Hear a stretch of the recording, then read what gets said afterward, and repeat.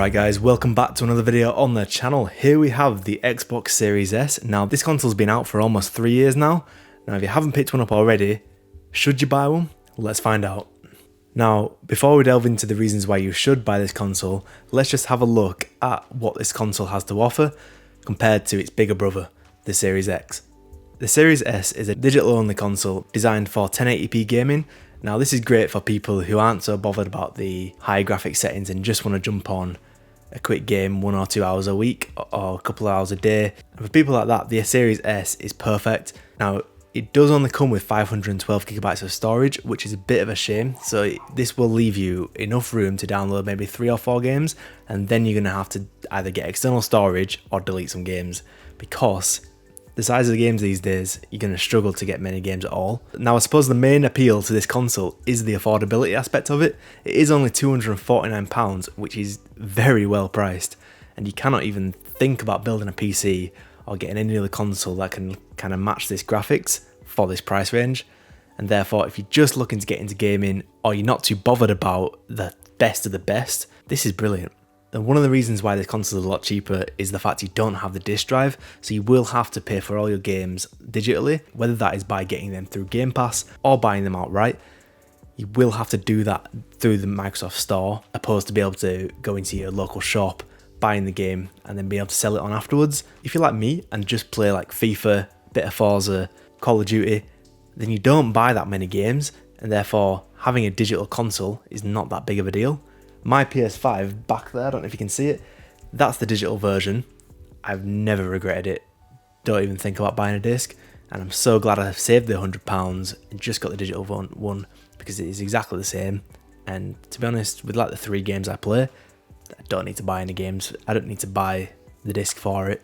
So yeah, it is whether you need the disc or not. Might not be a big deal, might be a major deciding factor for you. That's down to you. Another great feature of the Series S, which does also apply to the Series X, is the backwards compatibility. Now the majority of Xbox One and Xbox 360 games are supported, and you do get what you call FPS boost, which is a feature Microsoft have created, which basically unlocks 60 FPS for games that used to be 30 FPS.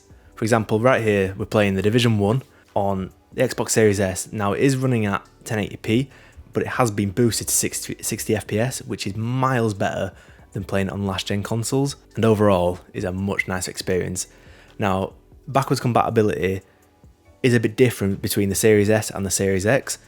The Series S, majority of games are 1080p 60 if the FPS boost is available. A lot of games on the Series X are boosted up to 4K, either upscaled or native 4K, and also have the 60 FPS. So if you're a big backwards compatibility person and you want the best of the best, then you might want to look for the Series X. But all the games anyway still look really good, and you're getting 60 FPS, so you can't complain with that. Overall, it's just nice to have. A lot of the arguments to why you might not want to upgrade to a Series S from a last gen console is that it's still 1080p.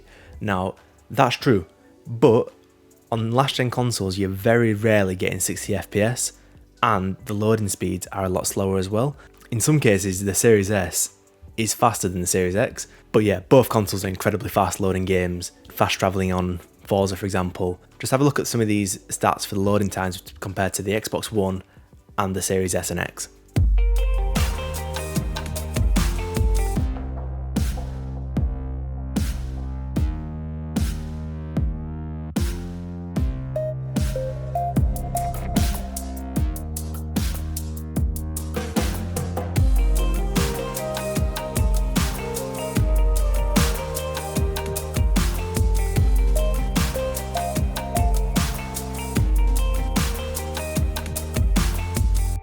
Yeah, overall it's a major improvement. The next thing I want to talk about is Game Pass and Game Pass Ultimate.